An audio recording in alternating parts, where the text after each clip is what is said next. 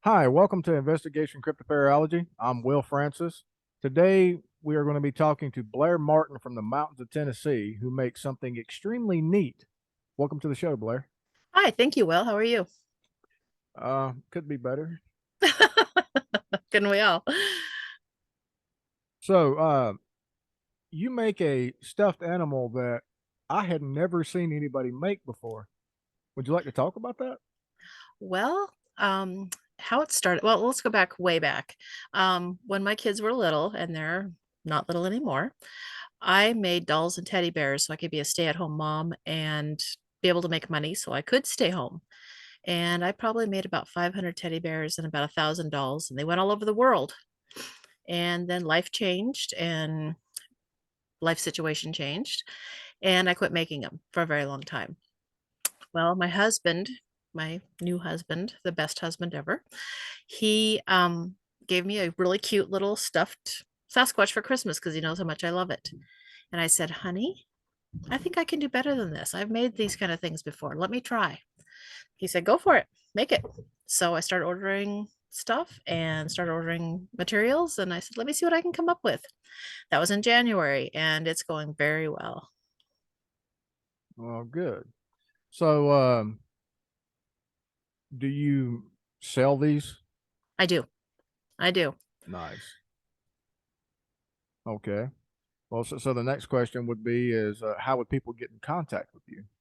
I do have a website. Well, I have a Facebook page. I'm trying to keep everything very simple and just look for Kiss My Squatch Designs. I'm the only one out there. You'll see one of my little guys pop up and you'll know exactly who it is.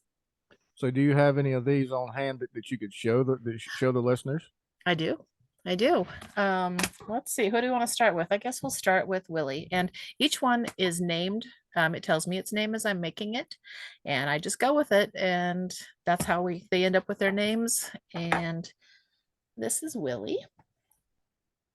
Oh, He's a big guy. that's cute. They are 18 to 20 inches tall, and they are fully jointed head, arms, and legs. So their heads do turn completely. And they've got little elbows and knees, so they're very, very posable. Hmm. And they're a lot of fun. They're a lot of fun to set up and oh, of course, the big feet. Can't have a big foot without big feet. Oh no, Also, definitely not. with the name, each one gets a tag. Let's see if I can show that. Each one gets a tag with his name and his number, or her name and number, along with my card. And then the back is signed by me because these are collectibles, they're not toys. Right. They're signed by me, and there's a date. And because they're Kiss My Squatch design, each one has a little red, where is yours, Willie? Right there. A little red kiss on his bottom. Hence the name Kiss My Squatch. Kiss My Squatch, yes. So that was Willie. I do have, here's Grizz. He's more of a scruffy guy. And he's got the more of a or facial hair. And again, he's the same size as Willie. And Nice. the big feet. There's a lot of them. Any color you'd want to see? I've got white ones, I've got gray ones, I've got red ones, the whole gamut. Well, you're basically sticking to just sticking to the thing with Sasquatch. Sasquatch not only being one color. So, Right, right. Oh, and there is a baby that I'm working on. I've sent one out, but I've got a little 15-inch baby, oh, and this one's named Twig, and he's again fully jointed, has cute little feet, and nice. they're been fun. I sent one out for an order a couple days ago. Now, how much do these normally run? Okay. Well, considering that each one of my swatches takes me about 14 hours to make from start to finish, they're not inexpensive. They are collectibles.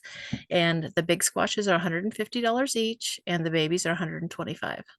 Oh, that's not bad. I mean, all things considering, material, time, it's what a lot of people don't understand. I mean, I do hand drawn artwork and then artwork on the computer, and what people seem to forget is that it's not just me putting the art on the paper or digitally on the computer. It's also the time, and it's the trade itself and how long it takes to learn the trade. There's a I lot that really goes into it. I mean, so, mhm. so it can't be a just, okay, well, you're my friend. Can you draw this for free? No, it can't do that for free. I'm sorry that you're my friend, and it's an Sorry, you're my friend. it's an unfortunate circumstance that you came to me for me to do something professionally, and you want me to do this for free. That would be like going to a garage and say, "Hey, can you fix my car for free?" I mean, Yeah, because I've got a really cool car, so why don't you just fix it up for me? Yeah. right? Yeah. I had a lady complain the other day on the price, and I said, "I'm very sorry." I said, "These are handmade. I'm sure that if you look around on the internet, you'll find something that meets your price range a little better, but I can't go down on my price.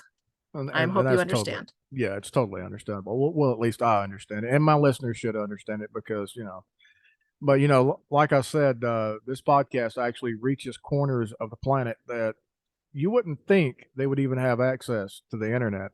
There's from the logistics side from Spotify, they actually told me that there's been listeners in a little village in Africa that don't even have internet. How they get internet is beyond me. Wow, that's crazy. So That's they're hearing it crazy. everywhere. Wow. It's just Wow. mind blowing. But so what led you to go to Tennessee from all the way from the West Coast? Well, um, how can I say this without sounding political? Oregon was changing. I Mm, grew up in a tiny little town in the middle of the desert in Oregon, 2 hours from the nearest Walmart. And sadly, that it was changing so much that we didn't want to be there. And my husband said, "What do you think about Tennessee?" I'm going, "Sounds good to me." He was raised in Texas. okay. And I said, "Let's give it a try." So we found this little, it was, house is a really good word for it, um, shack that had nothing inside. It was just a shell on 2 acres. And we came out on vacation and purchased it and moved out 6 months later. Nice. Yeah. I can't blame you there. I mean, I started out in North Carolina in the actually in the hills in the was it Tahlequah boundary, Hmm. which is basically just butted right up against Tennessee. Hmm. So I started out there. I moved from there. I moved down to the Piedmont, down around Gastonia, North Carolina, Gaffney, South Carolina area. And my mom died, and my mom was the glue that held the family together. So when the family started turning on each other, I said, "Okay, we're done." And I had a brother that lived here in Idaho Hmm. that I knew about. That's one of my father's many children that he produced as he was driving a long haul truck. Oh my. So I contacted him and I'm like, "Hey, do you have any room?" And he's like, "Well, why?" And I told him, and he's like, "Yeah, just come on out." So we packed up the little 80 something Blazer that we had with whatever we wanted to take, and out we came. I've been in Idaho many times. You So, know, it's a wonderful place to live. North Carolina is okay to visit, but I wouldn't want to live there. hmm, this is very different from what we're used to, but we really love the land. We really love, our little house on the hill, on the mountain away from everybody. It's nice. It's a Oh good yeah. thing. Yeah, my one of my uncles actually lived in Boone, North Carolina for a long time, and he actually lived on a mountain. On a mountain. I mean, there was no grassy areas and stuff. He had a lot of money at the point in time. I don't know where he got it, but he had a lot of money, and him and his first wife, Dawn, actually had a section of the mountain blown out and had the house built right into it. Wow. Oh Well, yeah, that cost you a little bit. oh yeah. Never asked, don't want to know. So, have you yourself had any experiences or anything with Sasquatch? Um, well, I've always been interested in Sasquatch. I was always fascinated by Patty and the Patterson Gimlin film and all of Mm-hmm. that. Grew up in Oregon, up in the woods, mushroom hunting and fishing and camping and all of that. And I was always watching. I Ever since I saw that film, I always watched. I always thought maybe there's something out here. Maybe there's something out here. And after we moved here to Tennessee, living in the woods, we had an interesting thing happen a couple years ago. We were laying in bed and had this horrible smell come over us, and it smelled like poop and garbage. And I'm like, Mm, "Oh, that's nasty." And I asked my husband, I said, "Do you smell that?" He says, "No." I said, just smell." And he went, "Oh, yeah, I smell it. What is that?" I said, "I don't know what that is. It just smells like poop and garbage." And I said, "Do you think it might be a Sasquatch?" He's like, "Oh, I don't know. It might be." So we just kind of let it go and it would waft in and out and in and out. And pretty soon it just was gone, the smell. So a couple days later, the neighbors that live behind us, an elderly couple, called and said, "We have some stuff we want you to take a look at. Can you come over?" I said, "Sure." So we went over there, and the wife grabbed me right away, and she said, "I need to talk to you." I said, "Okay, what's wrong?" She says, and of course, in the southern, "Blar, I got something to tell you." I said, "Okay, what is going on?" She says, "I saw something out in the yard and it weren't no man. It weren't no man. I promise you it weren't no man. It was huge." I said, "Okay, well, let's talk about this." She said she was walking out to the shop and she looked over and there was some deer in the yard not too far from the back of the house.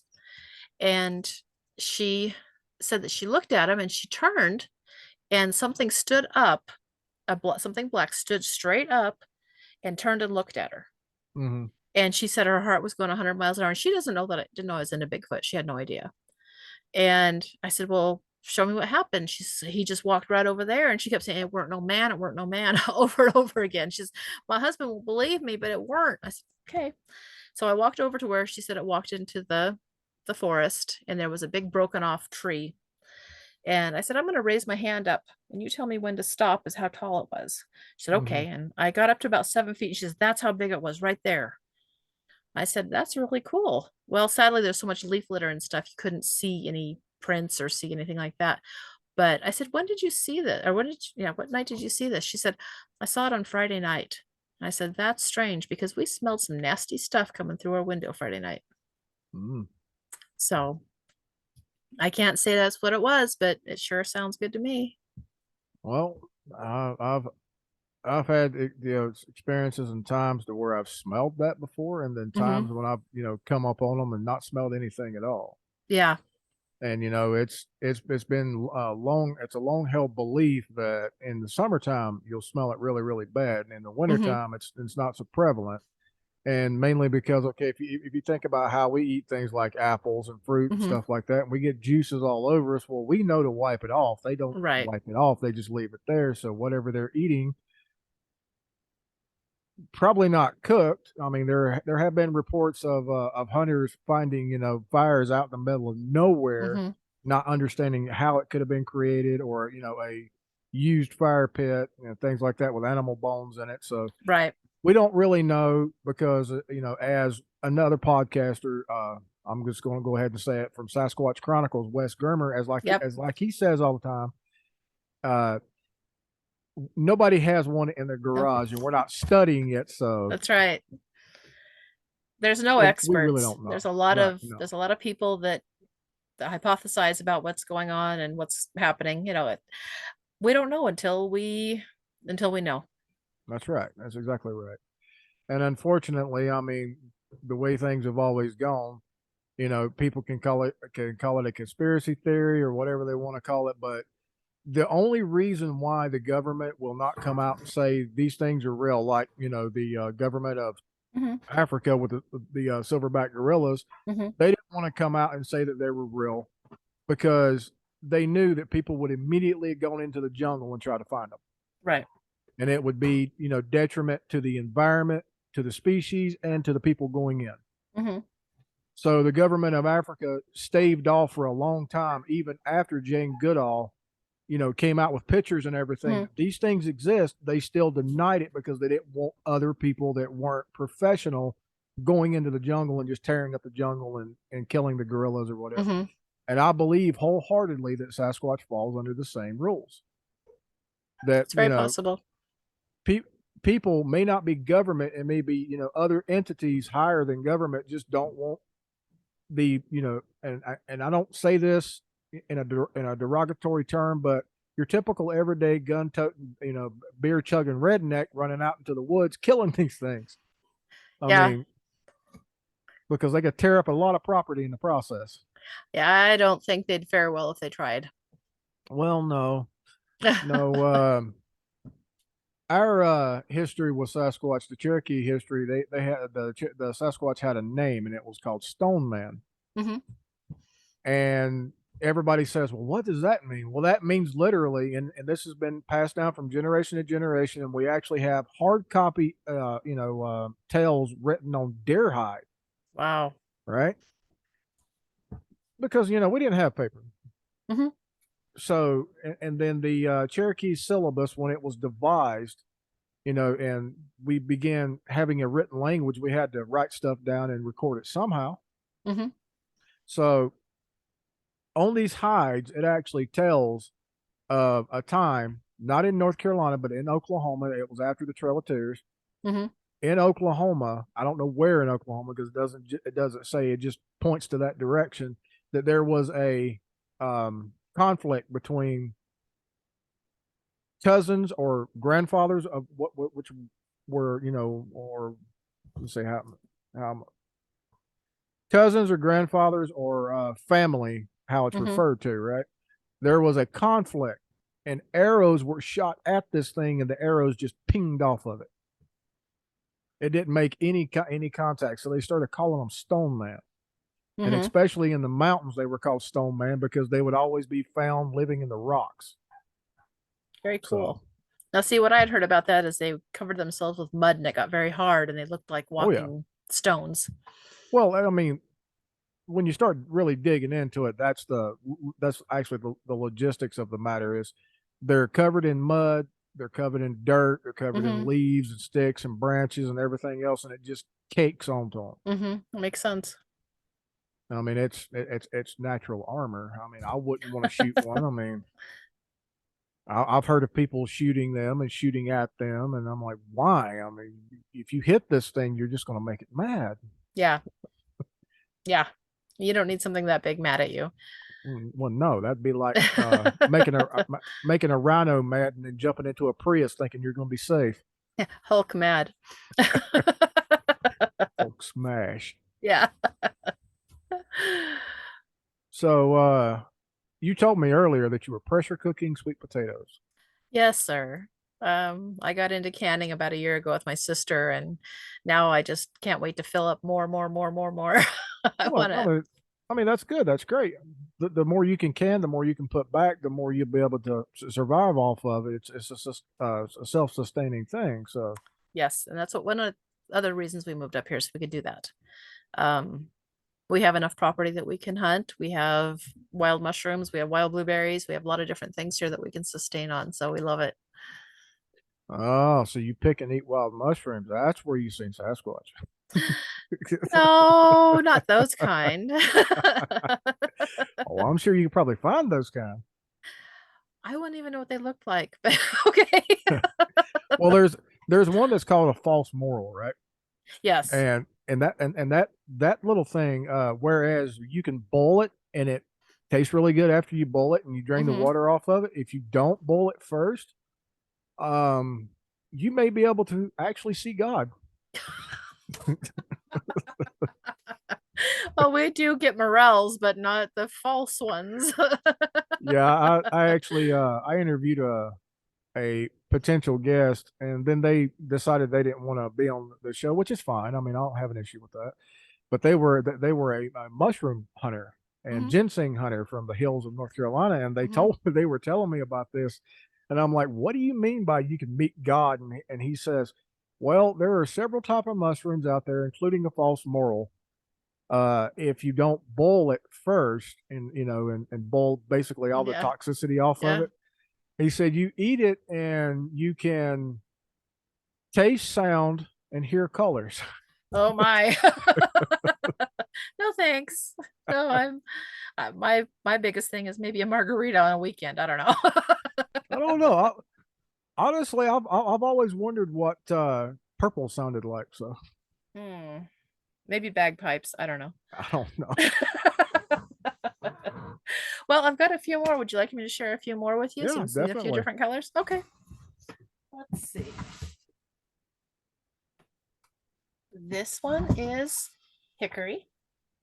I don't know if you can see his big red, big gingerness. Oh yeah. He's a big guy. I love him. I love taking the pictures outside when I do photos too, so people can see them in the woods. I think it kind of adds to what happens. Um, This one is kind of special. She's going out for an order this week. Come here, you. I do little females, and she's got the crown of flowers. And the lady wanted her to have the scruffy face. I usually don't know females with a scruffy face, but you, is that what you want? You get what you want. Hey, Patty had a scruffy face. She sure did. She sure did. And let's see, there's one more back here. This one's kind of special. This one's a Yeti, and his name is Finn. And he's kind of got the wild look. Oh, wow. And of course, the big feet.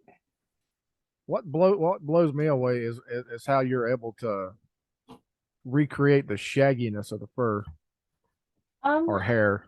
Yeah, I just have to really I'm really careful about what I get.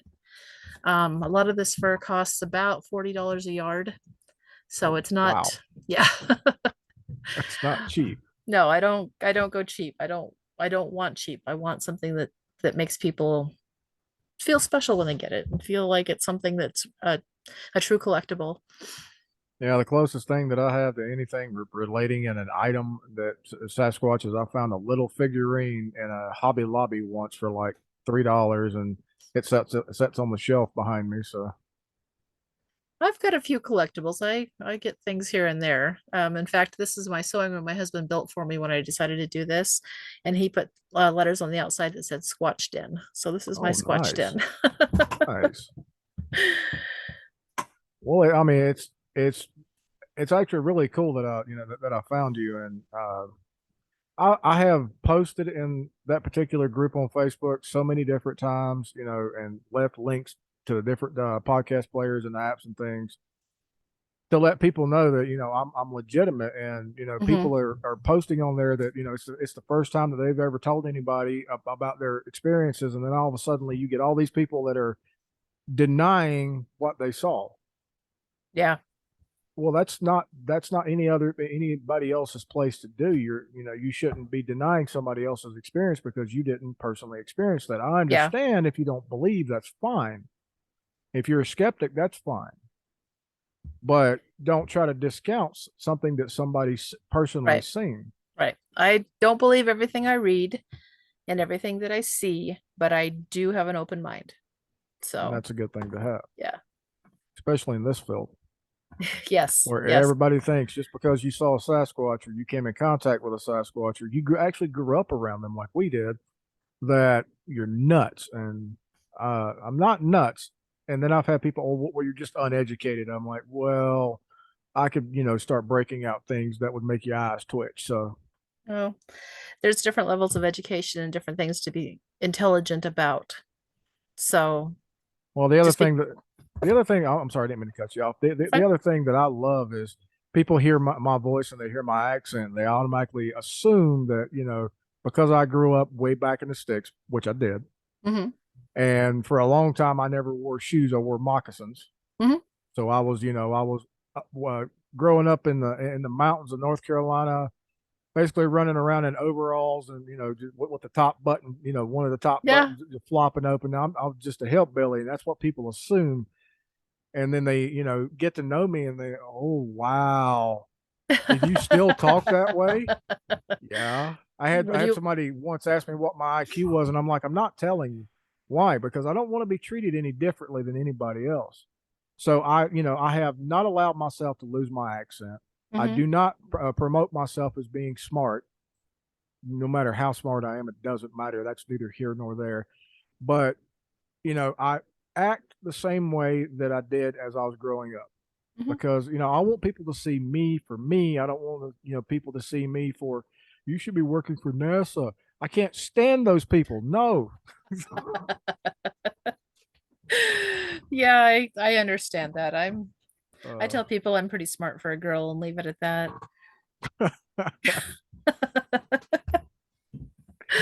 Well, women control the world. I mean, they are in possession of the one thing that can make a man cry, and that's a brain. Yep. Sure can. And everybody listening was going, that's not the way I thought he was going with that. No. Family show.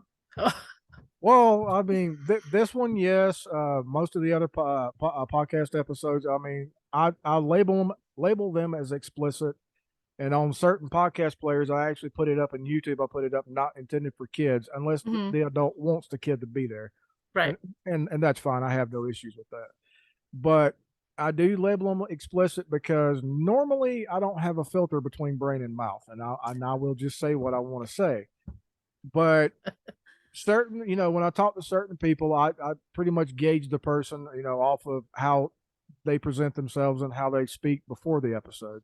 Hmm. So I'll flip that imaginary switch to where my brain will curb how I would normally speak, because You don't have to worry. I normally use every word in the English and non-English dictionary. It's not something you have to worry about with me. Well, I'm too old. I did see that you had a tattoo on your arm, I do. I and do. Wow. and Where's the rest of it? Yep, right there.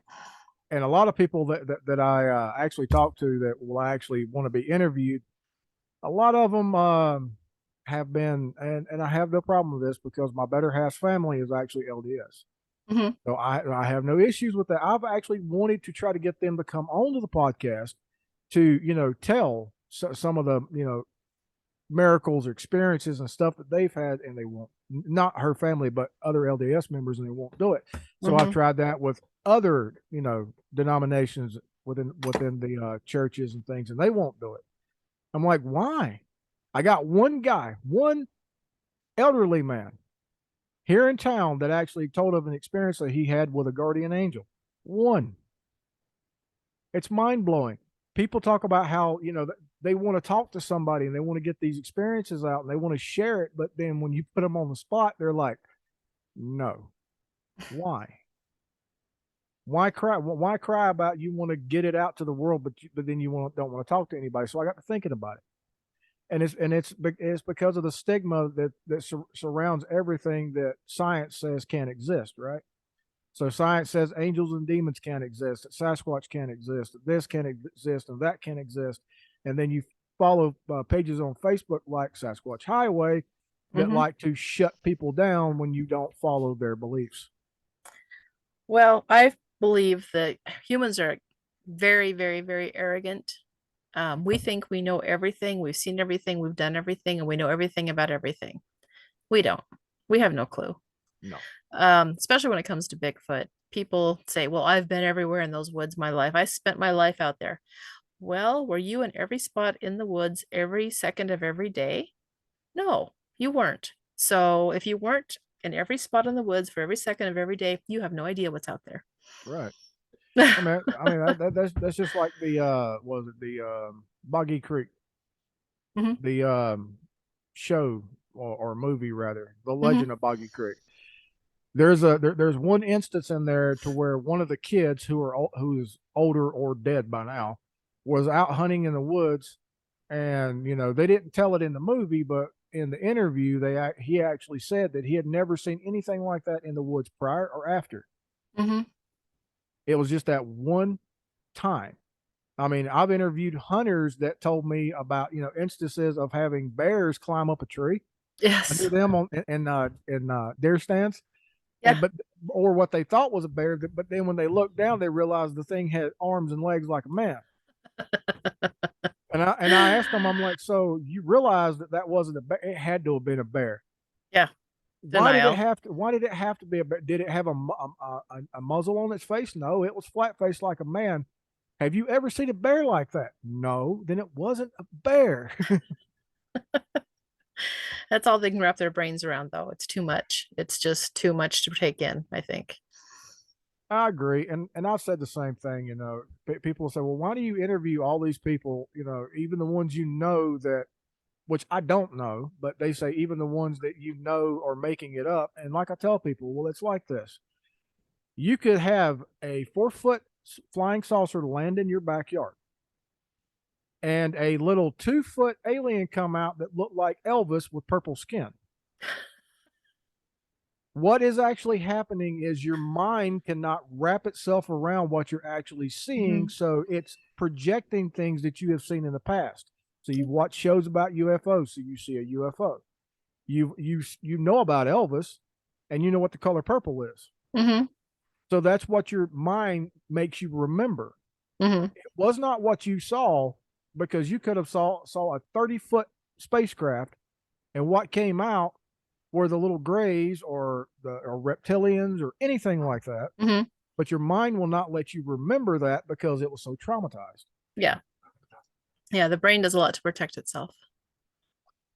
And and I get a lot of flack for that. I get a lot of flack for telling, I mean, me personally, not the guests on the show or anything, but me personally, how I have gotten a lot of flack for the story, the recounting of the stories that I've told.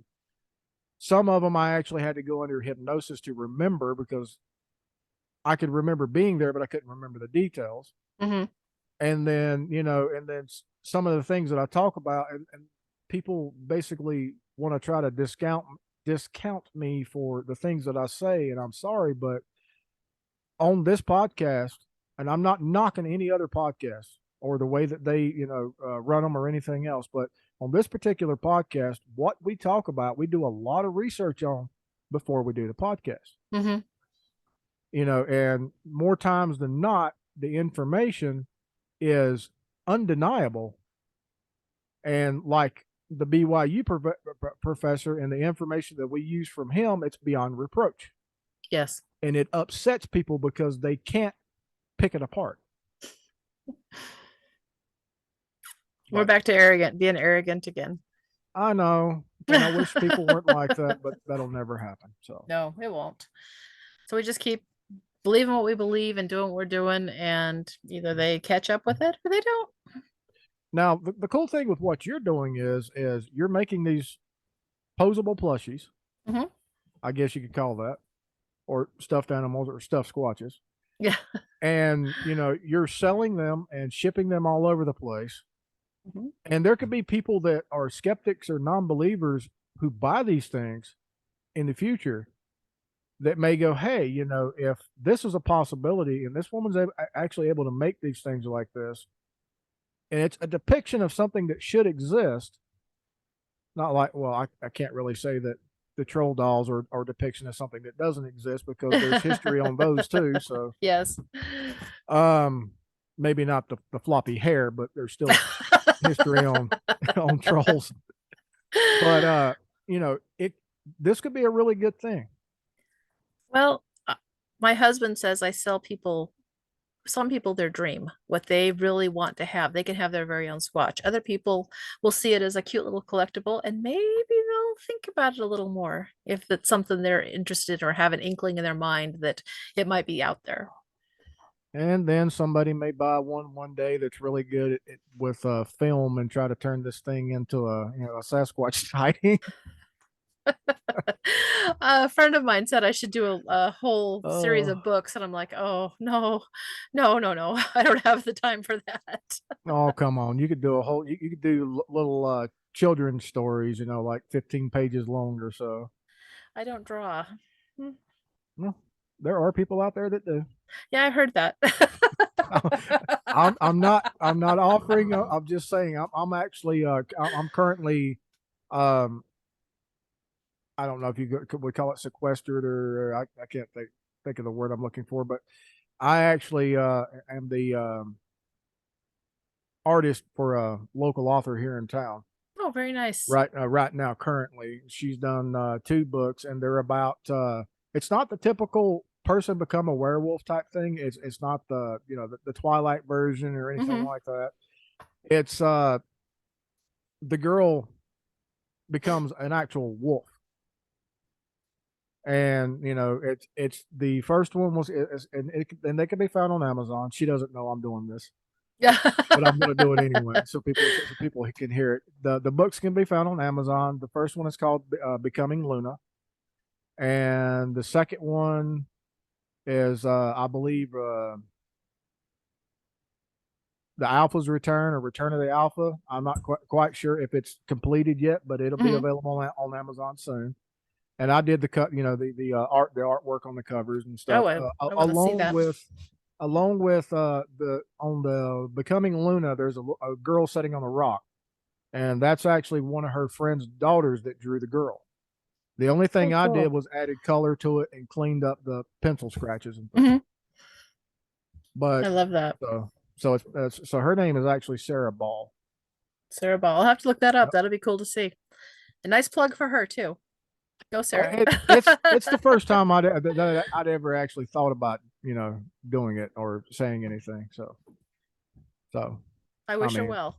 I wish her but well. I mean, she's somebody who didn't think that she had a lot of time to write a book either, and she's already written one, working on another, and then has like 8 or 9 others, just sitting in the wings.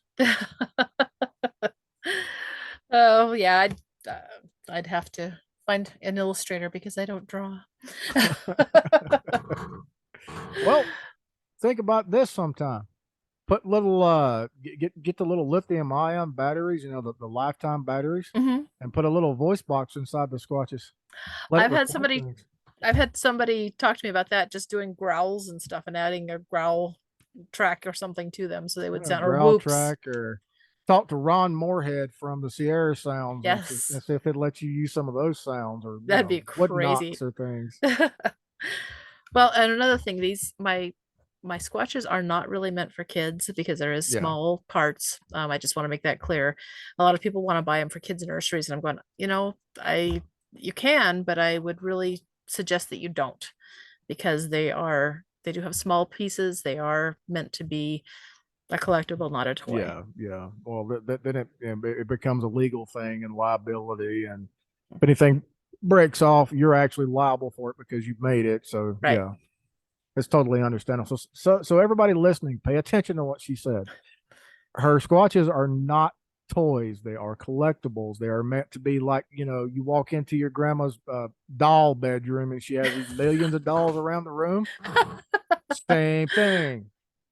For looky, not touchy. Yeah, well, they are snuggable. I mean, they're good to hug up to and stuff. But yeah, I just would hate to see something get ruined just because a Oh kid, yeah. would or get hurt. I don't want a kid to get hurt from that. Right, right. So I mean, you don't want them to be like it was in the 70s when they brought out the lawn darts. I played with those. I did too. Friend of mine from elementary school actually had one stabbed into his foot through his shoe, Ooh. because his bright idea was not to throw the lawn dart at the ring. Yeah. His idea was to throw it straight up in the air and then see where it came down. In your foot? Oh yeah, in your foot, in the top of your head. Yeah, top of your head. That's the worst scary one. Oh my. I wish I could go back to the old days. I mean, things are getting hard on everybody. I mean, we've been having it hard too, but everybody has. And I was talking to an acquaintance, and we were talking about food, and he was talking about butchering an elk, and I'm like, dude, what I wish I was butchering right now is like 200, 300 pounds less than an elk, but tastes way better. And he said, what's that? I said, goat. I've had goat. It's very good. It's Yes, it very is good. awesomely good. Yep. But people around here don't understand that. Whenever I have any kind of meat that's on a bone, I always keep the bones, I keep the tallow, I keep everything. Hmm. And they're like, well, why are you keeping all that? I was like, well, this is the way I was raised. We'd butcher a goat on Thursdays. We would use everything, including the hide. Hmm. And I mean everything. And the parts that you couldn't get the meat off of, would actually boil the meat off of, like the head and stuff like that, Hmm. take the eyeballs out, the brain, everything. Yep. And there would be no, waste. But you go to restaurants and you look at their bins and they always have waste. Hmm. Why? I mean, everything can be used. Just because somebody goes, "Ew, that's nasty." If you grind it up, they don't know what's in there. We butcher our own deer, and we make use of everything we possibly can. That bones get boiled down for the dogs so they can have dog Yep, food, and I mean that's how we do it. that's the way it You should be done. and you're talking about goat. Growing up in Oregon, we had antelope, which is basically wild big goat, and oh, some of the best meat you'll ever have. I love it. Yeah, we have antelope that run wild on the flats here, and Hmm. nobody will kill them because they're nasty. They got too gamey of a taste. And I told one guy, I said, "How long have you lived here?" "All my life." "How long have you been a hunter?" "All my life." Oh, "How long have you processed your own meat?" "All my life." So this is coming from somebody who is not from Idaho. that was actually born and raised in the hills. Let me ask you, Mm. have you ever heard of water? Yeah. Salt? Yeah. White vinegar? Yeah. What's that going to do? I said, everything you kill, if it has a gamey taste, you take a big cooler, you cut it up into its, parts or whatever you're going to Mhm. use, whether it be backstrap, whatever. Throw it immediately into that mixture. Let it set overnight and then rinse it off the next morning. Won't have that gamey flavor anymore. Oh, you're kidding. Try it. Well, It's just when just a it little tastes like sagebrush. right, when it tastes like vinegar or salt, I'm like, no, because the salt opens muscle. Even muscles have the fibrous tissues, and it actually has a type of pore. Mhm. So the salt will actually open up all the fibrous tissues in the muscle, and then the vinegar will draw out any toxins or bad tastes. And then what That's you'll be left with, it's clear when you start, it'll be murky when you're done. Mhm. So you rinse it off, call it good. You can do the same thing with carp. Uh-huh. And people, there's like, you've lived in the hills how long and you don't know this? Oh, goodness. Well, not everybody understands. There's people that say they don't want to kill animals. They just want to go to the grocery store and buy the meat. So what do you know? No, I wish you hadn't have said that, because every time somebody says that, it always brings back to memory in the 1980s in newspapers around the country. News agencies posted this. Hmm. Now it's been on the internet, so people think it came from the internet, but it came from the 1980s. I remember reading it in the paper.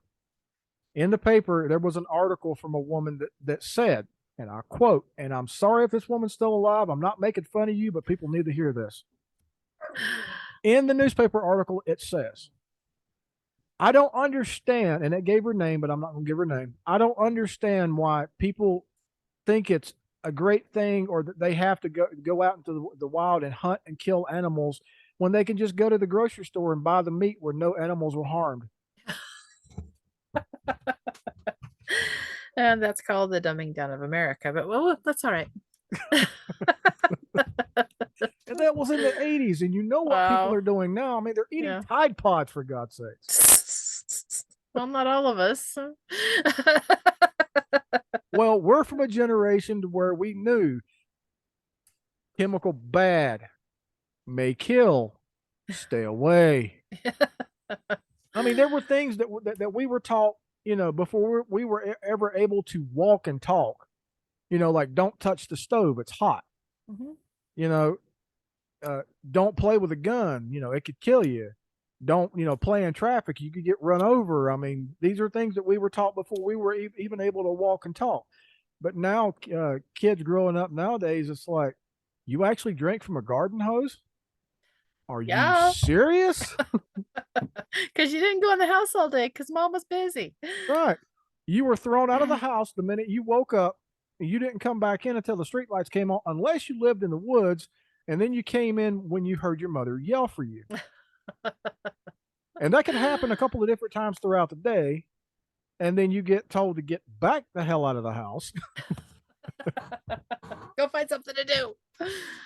I mean, it's I always said I didn't want to be alive, because you always heard that this was coming, that Mhm. modern times were coming.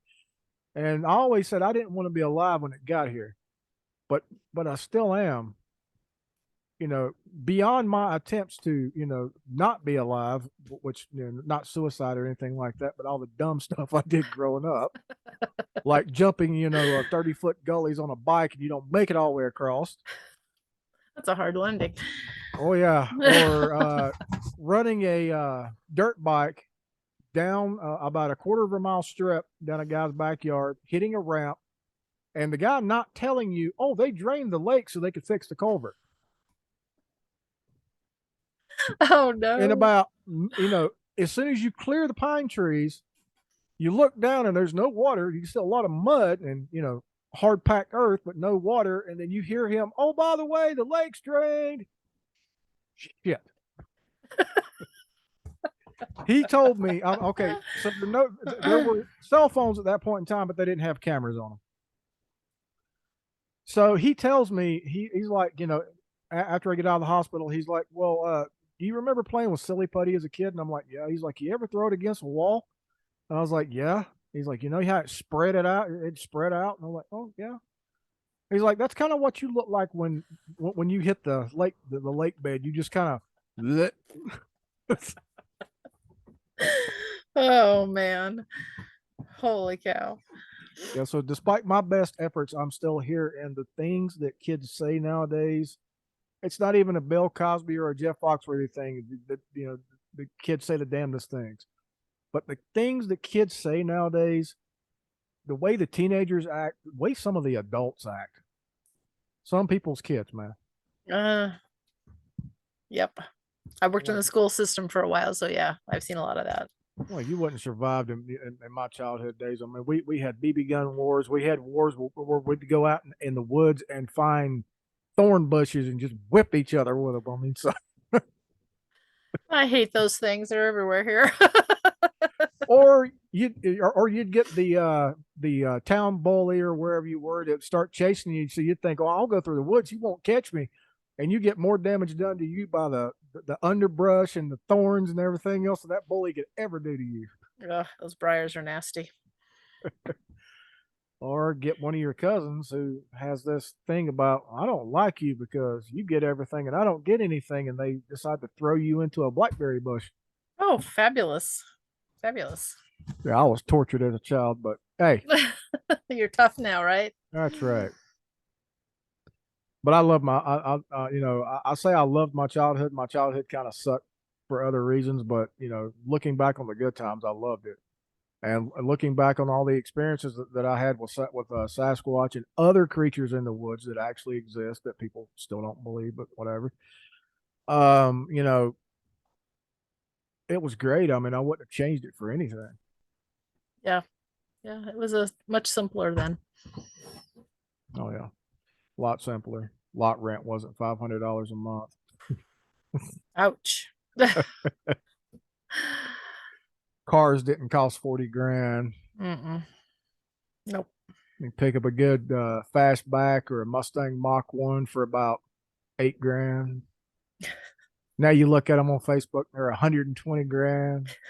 In their Rusted, dreams. yeah, rusted, no tires, no engine, no interior, 120 grand. No, No. what's wrong with you? This was a classic car. This was a car that we had to repair every week because something always broke down. Oh my. Yeah, my mom always told me I should have been a comedian, and I went into podcasting. So, Yeah, you can get by with it. You can do that both. what's so funny about your life? Have you met me? Oh my. But you said that you were pressure cooking sweet potatoes, and I don't want them to get overcooked or whatever. I mean, I know the pressure cooker will start whistling, but still, heat on anything after it's cooked, it'll continue to cook. Right. So if you want, you can plug your Kiss My Squatch on Facebook again if you'd like, and I guess we'll call it a day. Okay, well, yeah, just look up Kiss My Squatch and Kiss My Squatch Designs. And I've got everything posted there. I've got prices posted there. I've got everything I have available, but I do take special orders. If people have something they want just the way they want it, I'm good with that. We can build you something just exactly the way you want to see it. Okay, so if somebody were to, now this is just spitballing, but if somebody would ask you that, or tell you rather, that they wanted a scene of Bluff Creek with Patty walking, and then in the background, two little tiny figures of God, Patterson and Gimlin filming the whole thing, could you do that? I make Sasquatch dolls. I don't do film sets. Hey, there's going to be somebody that asks. So. I will do my best to make my customers happy. I can't promise anything when it comes to things that are off subject of what I do. All righty. Well, it was wonderful talking to you and wonderful learning about these things, because I've seen them and I was like, man, that'd be cool to have.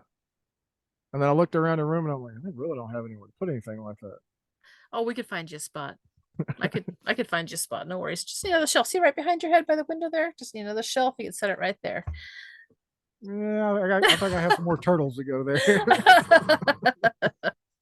Well, I really, really appreciate you contacting me and wanting to share my stuff with everybody. It's been Yeah, fun. and you know, like I said before we started recording, if you have anybody or know anybody or anything like that that would like to contact us, you can give them the website, or you could just direct them straight to me on Facebook, or you could play middleman if it's somebody who doesn't partake in electronics.